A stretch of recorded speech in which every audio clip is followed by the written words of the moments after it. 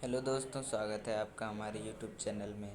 जैसा कि आप लोग जानते हैं कि ये हमारे जो बीटीयूपी की फ़ाइनल ईयर और फर्स्ट ईयर सेकेंड ईयर की परीक्षाएं होने वाली हैं वो ऑनलाइन मोड में होने वाली हैं। तो उसके लिए तो बीटीयूपी ने कुछ दिशा निर्देश जारी किए हैं। तो ये दिशा निर्देश जो आया हुआ है ये 9 अगस्त को आया हुआ है, 9 अगस्त 2021। तो इसमें जो है इसके विषय के संबंध में जो लिखी गई हैं वो है प्राविधिक शिक्षा परिषद की आगामी सम सेमेस्टर वार्षिक परीक्षा 2021 को ऑनलाइन माध्यम से कराए जाने हेतु आवश्यक दिशा निर्देश।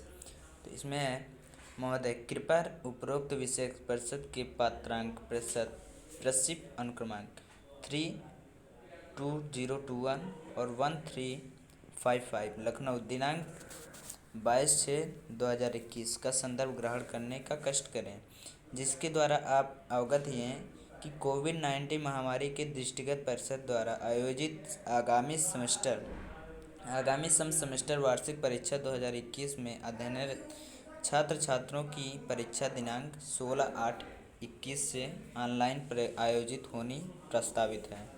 तो जो फाइनल ईयर के छात्र हैं उनकी परीक्षाएं 16 अगस्त से स्टार्ट होनी है, जिसका विस्तृत परीक्षा कार्यक्रम जारी किया जा चुका है। जो नोटिस है वो जारी कर दिया गया है।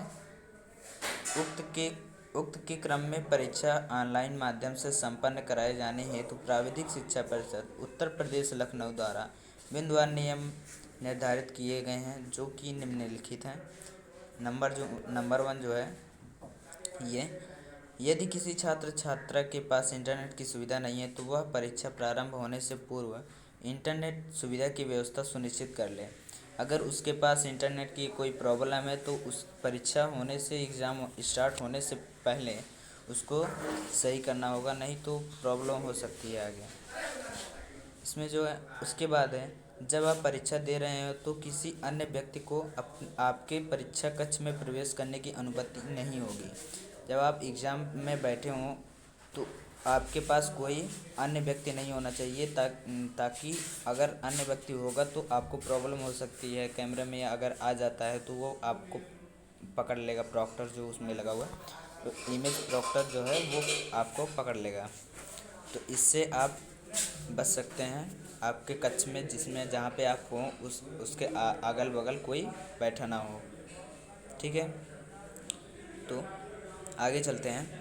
क्योंकि आपकी परीक्षा प्रॉक्टर ऑनलाइन पर्यवेक्षक की देखरेख में होगी। जो आपकी परीक्षा होगी वो आपको जो है प्रॉक्टर्स की देखरेख में की जाएगी। सेकंड है कमरे में परीक्षा स्थल में प्रकाश इतना उज्जवल होना चाहिए कि स्क्रीन पर आपका चेहरा स्पष्ट दिखाई दे। जो कमरे में जो उजाला होना चाहिए वो ठीक ठाक होना चाहिए, ताकि आपकी इमेज जो है आपके कंप्यूटर, लैपटॉप या मोबाइल में अच्छी तरह से दिखे, ताकि कोई प्रॉब्लम ना हो। नहीं तो आपका जो कैमरा है वो ओपन नहीं होगा, जिससे प्रॉब्लम हो सकती है। तो तथा इसके दिन के उजाले के समान माना जा सके। इतना उजाला होना चाहिए कि जैसे कि दिन में उजाले होते हैं या कम उजाला हो तो आप कोई और लाइट या बल्ब लगा के अपना उजाला बढ़ा सकते हैं। ओवरहेड लाइटिंग को प्राथमिकता दी जाती है। यदि ओवरहेड लाइटिंग उपलब्ध नहीं है, जैसे आपके सिर के ऊपर लाइट नहीं होनी चाहिए, नहीं तो आपका जो लाइट है वो आपके कैमरे में दिखाई देगा, तो उससे आपका चेहरा सही साफ दिखाई नहीं देगा, जिससे आपको वार्निंग मिल सकती है। तो ओवरहेड लाइटिंग को उसको नहीं दी जाती है। अगर ओवरहेड लाइटिंग उपलब्ध नहीं है तो प्रकाश का स्रोत आपके पीछे नहीं होना चाहिए। मतलब यही जो है कि आपका जो प्रकाश है, जो आपने बल्ब लगा रखा है, वो आपके हेड के पीछे नहीं होना चाहिए। समस्त अध्ययनरत छात्र छात्राएं आप अपने घर अथवा साइबर कैफ़े अथवा अपने संस्थान में उपस्थित होकर कैमरे व मोबाइल, लैपटॉप, कंप्यूटर इत्यादि के माध्यम से परीक्षा दे सकते हैं। साइबर कैफ़े हो संस्था या अपने घर पे बैठकर अपने मोबाइल, लैपटॉप या कंप्यूटर से इत्यादि डिवाइस के माध्यम से आप परीक्षा दे सकते हैं, जिसमें कैमरा में माइक्रोफोन होना अनिवार्य है। जिसमें जो आपका कैमरा और माइक्रोफोन है वो अच्छी तरह से काम करना मतलब है, अगर अच्छी तरह से वो काम नहीं करेगा तो आपका कैमरा और माइक्रोफोन काम नहीं करता है तो प्रॉब्लम हो सकती है, जिससे उसमें आपको आपकी आवाज़ अच्छे से रिकॉर्ड नहीं होगी, तो वो वार्निंग देंगे। ठीक है, और परीक्षा आपकी एग्ज़ाम जो है वो स्टार्ट करने में भी प्रॉब्लम हो सकती है। अन्यथा छात्र ऑनलाइन परीक्षा में प्रतिभाग नहीं कर सकेंगे। मतलब जो छात्र हैं वो ऑनलाइन परीक्षा में सम्मिलित नहीं हो पाएंगे। और थर्ड है, आपको साफ कुर्सी मेज़ पर बैठना चाहिए। जहाँ पे आप बैठे हैं वो साफ़ सुथरी होनी चाहिए, मतलब उस पर वहाँ पे कुछ लिखा नहीं होना चाहिए। आपकी डेस्क पर पुस्तक, कॉपी इत्यादि नहीं होना चाहिए। आपके पास जो है कॉपी, किताब, ये सब नहीं होना चाहिए। रफ कार्य हेतु सादा paper, pen, pencil, scale, eraser रख सकते हैं। अगर रफ कार्य आपको करना है तो आप पेंसिल ले लीजिए और कोई सादा पेपर ले लीजिए जिस पर कुछ लिखा ना हो, और स्केल, इरेजर रख सकते हैं। आपको पेन यूज नहीं करना है। आपकी डेस्क की स्थिति को प्रॉक्टर अवलोकन हेतु कह सकता है। आपके पास जो भी चीज़ें हैं वो उसके लिए आपको वहाँ से बताया जाएगा कि अपना रूम दिखाइए या कुछ भी आपके पास जो है वो दिखाइए। ठीक है, ये आपको प्रॉक्टर जो है वो कह सकता है दिखाने के लिए। तो अगर आपके पास कोई अन्य जिसमें कुछ लिखा हो वो सब चीज़ें नहीं होनी चाहिए, नहीं तो आप पकड़े जा सकते हैं। तो इसके आगे चलते हैं। आप द्वारा प्राविधिक शिक्षा परिषद उत्तर प्रदेश लखनऊ के नियमानुसार ही नॉन प्रोग्रामेबल कैलकुलेटर प्रयोग किया जा सकता है, जिसको प्रॉक्टर देख सकता है। अगर आप मैथमेटिक्स या और कोई किसी डेरिवेशन जो है उसको सॉल्व कर रहे हैं तो उसमें जो है आप नॉन प्रोग्रामेबल, जिसमें नॉर्मल जैसे कि नॉर्मल कैलकुलेटर यूज कर सकते हैं, ज़्यादा प्रोग्राम उसमें नहीं होने चाहिए। ठीक है, नेक्स्ट चलते हैं। फोर्थ नंबर, आपके आसपास की मेज़ या दीवारों पर कोई लेखन नहीं होना चाहिए। कमरा परीक्षा स्थल यथासंभव शांत होना चाहिए। संगीत या टेलीविज़न जैसी ध्वनियों की अनुमति नहीं है। आपके आसपास की जो मेज़ या दीवारें हैं उस पर कुछ लिखा नहीं होना चाहिए, साफ़ सुथरी होनी चाहिए। ठीक है, और परीक्षा स्थल पर शांति होनी चाहिए, आवाज़ नहीं होनी चाहिए, नहीं तो वार्निंग आ सकती है। ठीक है, आगे चलते हैं। संगीत या टेलीविज़न जैसी ध्वनियों की अनुमति नहीं है। अगर कहीं पे संगीत हो, बज रही हो, टेलीविज़न चल रहा हो, टीवी चल रही हो, ठीक है, वहाँ पर अपना एग्ज़ाम देने के लिए ना बैठें। ओके, आगे चलते हैं। फिफ्थ नंबर है, आपको फॉर्मल परिधान पहनकर बैठना है एवं अनुशासित व्यवहार करना है। आपको नॉर्मल कपड़े पहनना है, ठीक है, और जो अनुशासित व्यवहार करना है, मतलब उसमें आप सही तरीके से उसमें व्यवहार करें, नहीं तो आपको प्रॉब्लम हो सकती है। और 6 नंबर है, समस्त परीक्षाएं बहुविकल्पीय प्रश्न एमसीक्यू के आधार पर ऑनलाइन मोड में संपन्न कराई जाएंगी। जो क्वेश्चंस आएंगे वो बहुविकल्पीय एमसीक्यू क्वेश्चंस होंगे जो ऑनलाइन मोड में संपन्न कराई जाएगी। और 7वां नंबर है, अंतिम वर्ष के छात्रों ऑनलाइन परीक्षा के सभी प्रश्न पत्रों में जो फाइनल ईयर के छात्र हैं उनकी परीक्षा जो होगी उसमें जो प्रश्न आएंगे, क्वेश्चंस आएंगे, वो 50 क्वेश्चंस होंगे और ये एमसीक्यू बेस्ड होंगे। प्रश्न तथा जो समय होगा वो 90 मिनट का होगा, मतलब 1 घंटे 30 मिनट का होगा। इसके अतिरिक्त अंतिम वर्ष को छोड़कर शेष छात्रों हेतु ऑनलाइन परीक्षा के सभी प्रश्नों में जो फाइनल ईयर के छात्र हैं उनको छोड़ करके जो सेकेंड ईयर और फर्स्ट ईयर के छात्र हैं, फोर्थ सेमेस्टर और सेकंड सेमेस्टर के ये जो छात्र हैं, इनकी जो परीक्षा होंगी इसमें क्वेश्चंस आएंगे 25 क्वेश्चन, और ये आपको समय दिया जाएगा 60 मिनट का, मतलब 1 घंटे का होगा। प्रश्न पत्रों में कोई नेगेटिव मार्किंग नहीं होगी। आपके जो क्वेश्चंस होंगे उसमें जो आंसर आपको मतलब आपको मार्क्स दिए जाएंगे, उसमें कोई नेगेटिव मार्किंग नहीं होगी। ठीक है, आगे चलते हैं। 9 नंबर, ठीक है, प्रत्येक प्रश्न का सिर्फ एक ही उत्तर होगा। आप जो प्रश्न है उसमें आंसर दे रहे हैं, किसी प्रश्न का आंसर दे रहे हैं तो उसमें सिर्फ एक ही आंसर होगा सही उत्तर।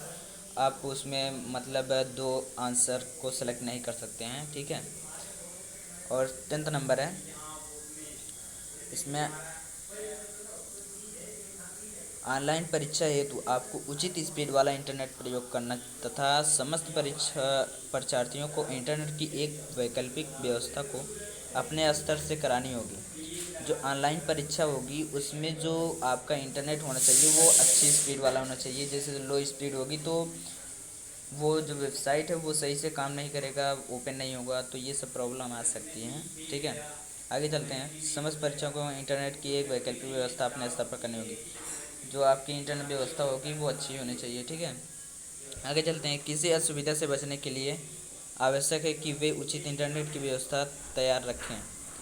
जो प्रॉब्लम हो सकती हैं, अगर आपका इंटरनेट स्लो होता है तो उसमें प्रॉब्लम हो सकती है, तो इसके लिए आपको पहले से इंटरनेट की व्यवस्था अच्छे से कर लेनी होगी, नहीं तो प्रॉब्लम आगे बढ़ सकती है। ठीक है, आगे चलते हैं।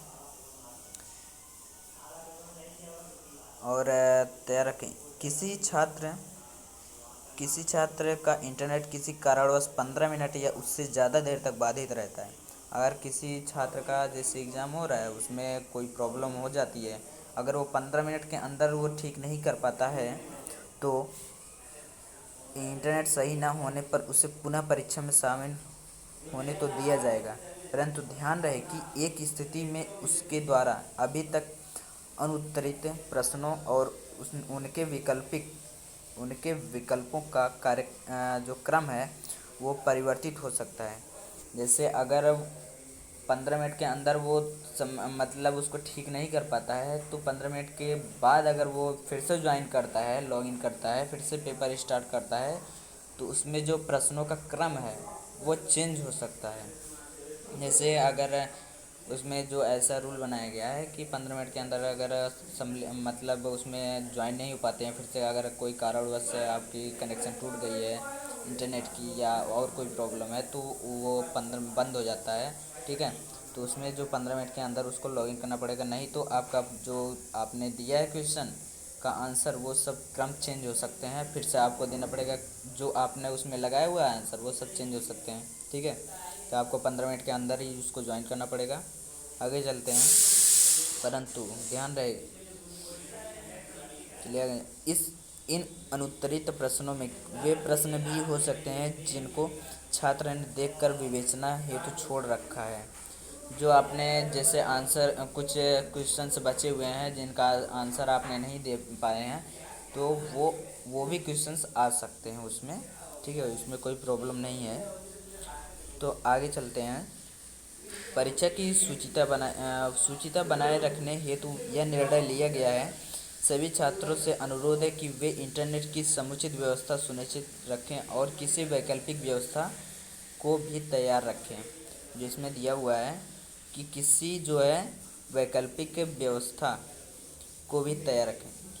जैसे इंटरनेट आपकी सही नहीं है तो आप वाईफाई, ब्रॉडबैंड, ये सब सिस्टम्स आप मतलब यूज़ कर सकते हैं, इसमें कोई प्रॉब्लम नहीं है। ठीक है, आगे चलते हैं। अतः सभी छात्रों से अतः अतः सभी छात्रों को उन्हें ससमय रिजल्ट पाकर आगे बढ़ने हेतु इन परीक्षाओं में इंटरनेट एवं पावर बैकअप को सुदृढ़ रखने की सलाह दी जाती है। से आपके पास इंटरनेट या सप्लाई नहीं है, आपका कंप्यूटर या लैपटॉप, मोबाइल चार्ज नहीं है सही से, तो आप एक पावर बैंक रख सकते हैं। ठीक है, और इससे आपकी मतलब डिवाइस चार्ज होती रहेगी, आपका एग्ज़ाम आगे चलता रहेगा। ठीक है, अब नेक्स्ट नंबर देखते हैं क्या। 11 नंबर, ऑनलाइन परीक्षा प्रारंभ होने के 30 मिनट पूर्व लॉगिन करना होगा। आपका जो एग्ज़ाम होगा ऑनलाइन माध्यम से वो 30 मिनट के पहले ही लॉगिन करना पड़ेगा, ताकि कोई एग्ज़ाम होने से पहले आप सब कुछ चेक कर सकें कि कोई प्रॉब्लम तो नहीं है इसमें। ठीक है, आपको इसके लिए 30 मिनट पहले ही लॉगिन करना पड़ेगा। आगे चलते हैं। 12 नंबर है, अंतिम वर्ष के छात्रों हेतु ऑनलाइन परीक्षा के दौरान 1 घंटा 45 मिनट के पश्चात प्रश्न पत्र स्वतः सबमिट का प्रावधान रहेगा। जैसे आपका 1.5 घंटे का पेपर होता है, तो अगर उसमें 1 घंटे 45 मिनट मतलब 15 मिनट ज़्यादा हो जाते हैं तो वो पेपर ऑटोमेटिक सबमिट हो जाएगा। ठीक है, आपको ऐसा मतलब डर ना रखें कि टाइम ओवर हो गया है, कि पेपर हमारा सबमिट होगा कि नहीं होगा, तो ये प्रॉब्लम नहीं है, मतलब ऑटोमेटिक वो सबमिट हो जाएगा। आपको परेशान होने की कोई मतलब परेशान नहीं होना है आपको, ये ऑटोमेटिक सबमिट हो जाएगा। ठीक है, आगे चलते हैं। अ, इन 15 मिनटों में इन 15 मिनटों में आपको आपको जो है किसी प्रश्न का उत्तर देने नहीं दिया जाएगा।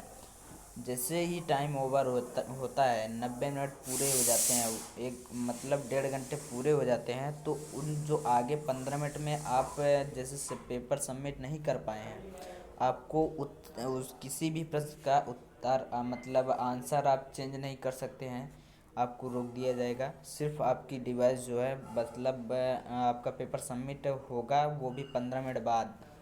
और अगर आप अपने आप सबमिट करना चाहते हैं तो 1.5 घंटे के पहले, मात्र 1 मिनट पहले ही सबमिट कर दें, ताकि आगे कोई प्रॉब्लम ना हो। जो 13 नंबर है, ऑनलाइन परीक्षा हेतु सभी छात्र छात्राओं को रजिस्ट्रेशन करना होगा, जिसके लिए आपको यूराइज पोर्टल पर उपलब्ध ईमेल आईडी, मोबाइल नंबर, एक यूआरएल, यूज़र आईडी एवं पासवर्ड दिया जाएगा।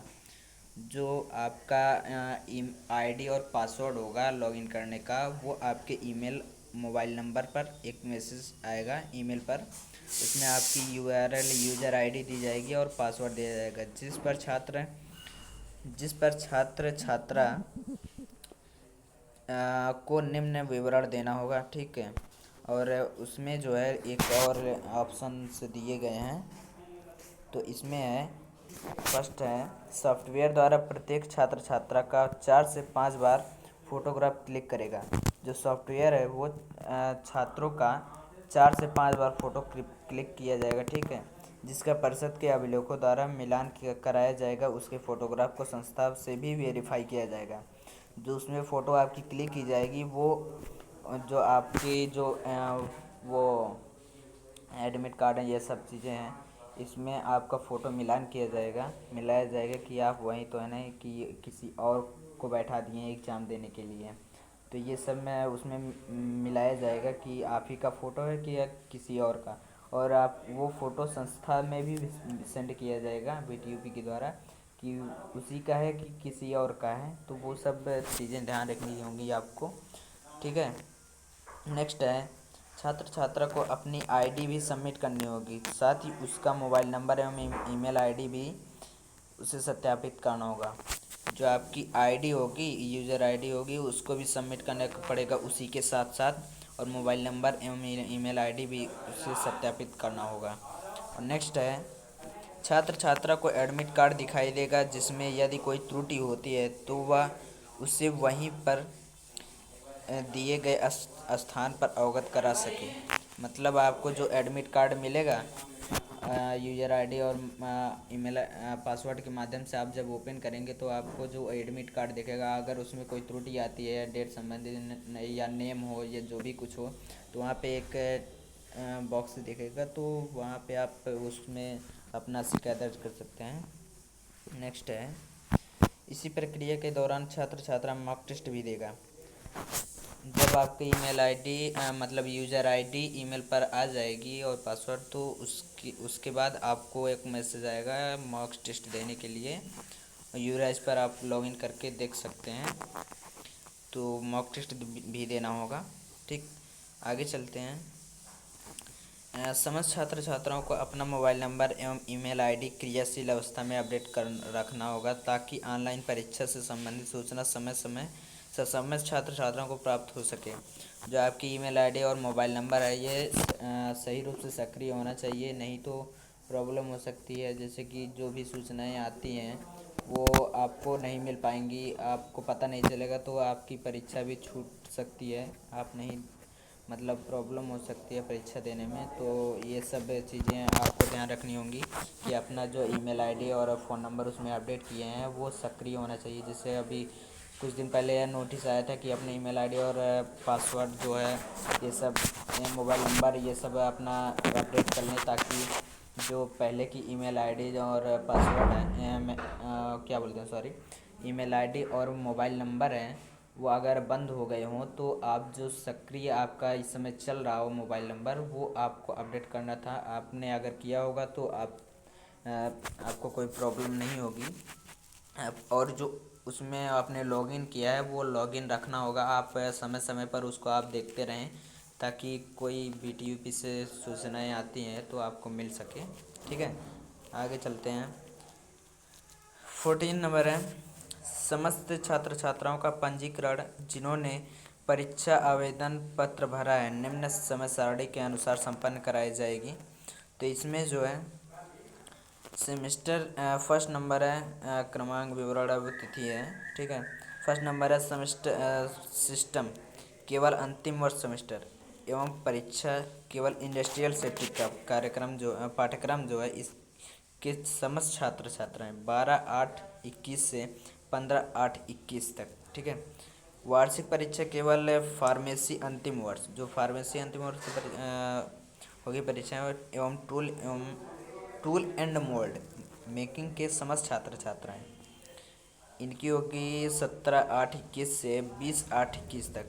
ठीक, और सेमेस्टर सिस्टम द्वितीय वर्ष एवं चतुर्थ सेमेस्टर जो फोर्थ सेमेस्टर और सेकंड सेमेस्टर के छात्र हैं इनकी वार्षिक परीक्षा केवल फार्मेसी प्रथम वर्ष जो के समस्त छात्र छात्राएँ हैं इनकी होगी मतलब क्या है 21/8/21 से 26/8/21 तक। ठीक, आगे चलते हैं। जो इसमें दिया गया है यह ध्यान रहे कि ये जो है लिखा हुआ है तो यहाँ पे है कि यह ध्यान रहे कि केवल सॉफ्टवेयर पर पंजीकृत छात्र छात्रा ही परीक्षा में सम्मिलित हो पाएंगे। जो सॉफ्टवेयर में पंजीकृत हैं जिन्होंने मतलब जैसे उनमें फ़ोटो क्लिक किया गया था तो वो फ़ोटो जब मिलान किया जाएगा तो मिलान करने के बाद अगर कोई जैसे एग्ज़ाम स्टार्ट हो गया है वहाँ पे कोई आप एग्ज़ाम देने के लिए और बैठा है आप पढ़ गए हैं तो आपको प्रॉब्लम हो सकती है। वो उसको मतलब वो भी मिलान किया जाएगा, वही सम्मिलित कर पाएंगे परीक्षा में, वही सम्मिलित हो पाएंगे जिसकी मतलब फ़ोटो जो परीक्षा मतलब स्टूडेंट है जिसने अपना रजिस्ट्रेशन किया सॉफ्टवेयर पर पंजीकृत किया है सिर्फ वही पेपर दे पाएगा। अन्यथा अगर कोई और आपके जगह पर बैठा हुआ है एग्ज़ाम देने के लिए तो वो एग्ज़ाम नहीं दे पाएगा। ठीक है, आगे चलते हैं। उत्तरोक्त समय सारणी का कड़ाई से अनुपालन सुनिश्चित किया जाए। मतलब जब आपके इस एग्ज़ाम स्टार्ट होने की जो समय सारणी है वो आपको फॉलो करना चाहिए। ठीक, आगे चलते हैं। 15 नंबर है, ऑनलाइन परीक्षा में सभी परीक्षार्थियों द्वारा प्रतिभाग करना अनिवार्य है। जो ऑनलाइन परीक्षा में जितने भी स्टूडेंट हैं जिनका पेपर एग्ज़ाम होने वाला है वो उसमें सम्मिलित हों। ठीक है, परीक्षा में प्रतिभाग ना करें। करने की स्थिति में परीक्षा परिणाम में विलंब, अंतिम वर्ष के छात्रों को डिप्लोमा प्राप्त करने में विलंब तथा गैर अंतिम वर्ष के छात्रों की आगामी सेमेस्टर का पठन पाठन इत्यादि बाधित होगा। अगर आप जैसे एग्ज़ाम नहीं दे पाते हैं तो आपकी मतलब जो समय सारणी है उसका पालन नहीं करते हैं तो जिससे आपको पता नहीं चलेगा कि कितने समय से कितने बजे से स्टार्ट है हमारा एग्ज़ाम। तो आप अगर नहीं दे पाते हैं तो ये सब प्रॉब्लम आ सकती हैं कि पठन पाठन कार्य जो आपका है ये भी बाधित हो सकता है। जो आगामी सेमेस्टर जैसे आप सेकेंड ईयर में है तो थर्ड ईयर में पहुंचने वाले हैं, फिफ्थ सेमेस्टर में अगर फर्स्ट ईयर में है तो थर्ड सेमेस्टर में जैसे आप पहुंचने वाले हैं तो ये सब रुक सकता है, बाधित हो सकता है। ठीक, और आगे चलते हैं। किसी भी प्रकार की तकनीकी समस्या है तो हेल्प डेस्क की स्थापना की जाएगी जिस पर संपर्क कर सहायता प्राप्त की जा सकती है जैसे आप में जैसे कोई प्रॉब्लम हो जाती है एग्ज़ाम देने में या एग्ज़ाम दे रहे हैं उसमें कोई प्रॉब्लम आ जाती है कैमरे माइक्रोफोन और चीज़ें में जैसे स्क्रीन काम नहीं कर रही है ये सब चीज़ें तो आपको एक हेल्प डेस्क से वहाँ पे दी जाएगी।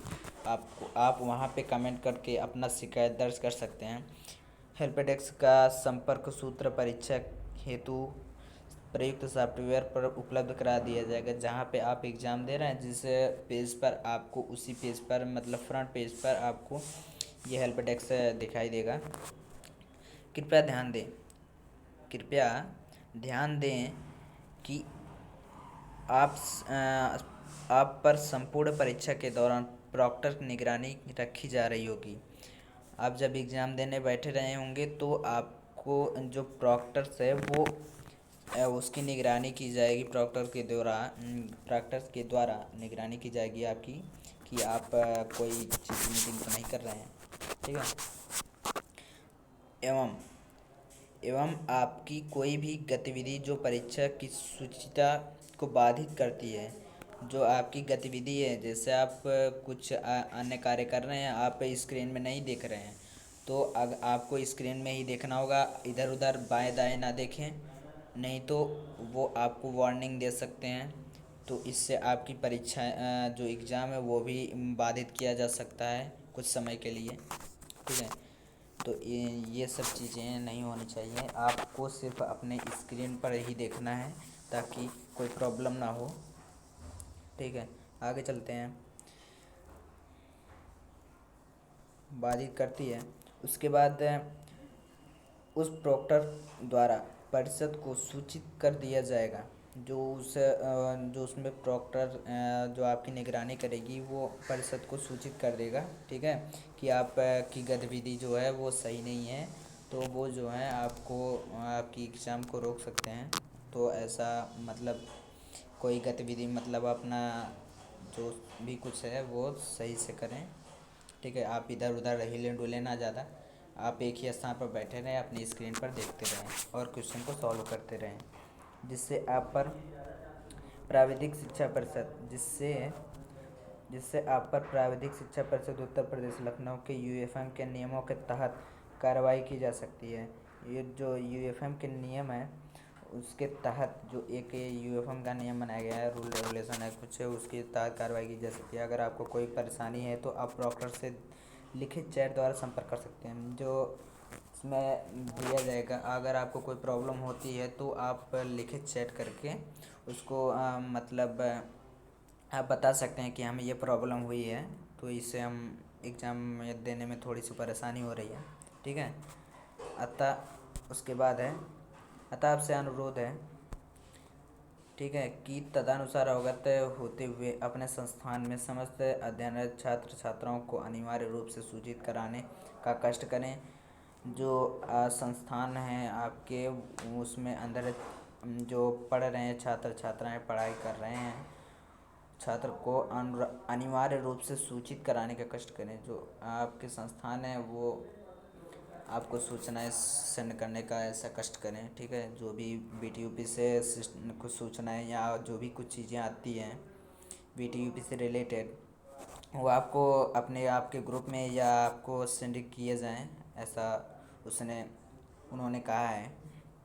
और उसके साथ साथ ही यह सुनिश्चित करें साथ ही यह सुनिश्चित कर लें कि आपकी संस्था में अध्ययनरत छात्र छात्राओं ने उपरोक्त उपरोक्त जो है उपरोक्त प्रक्रिया संपूर्ण कर ली है या नहीं। जो जो भी कुछ सिस्टम्स हैं रजिस्ट्रेशन और चीज़ें की, ये सब आपको ससमय पूर्ण कर ली जानी चाहिए, ओके। यहाँ पे इन्होंने जो सेंड किया है वो सुनील कुमार सोनकर जो सचिव हैं वो बहुत मतलब हमारे सुनील कुमार सोनकर जी। और ये दिनांक जो है जो आया हुआ है ये न्यूज़ ये 9/8 जो 9 तारीख है और 8/21 की है, ठीक है। तो ये जो है 9 तारीख 8 अगस्त को 9 अगस्त को आया हुआ है, ठीक। आप इसके लिए कोई मतलब परेशान ना हो। आपकी जो एग्ज़ाम होने वाली है वो सही से जो इसमें नियम बनाए गए हैं इसको फॉलो करते हुए आप अच्छे से एग्ज़ाम दे पाएँ, यही आप सब लोगों से है, ठीक है। थैंक यू दोस्तों हमारे वीडियो देखने के लिए। और अगर हमारी ये वीडियो अच्छी लगी हो तो आप अपने दोस्तों को शेयर करें ताकि बीटीयूपी से रिलेटेड जो दिशा निर्देश हैं वो सबको मिल पाएँ, ठीक है।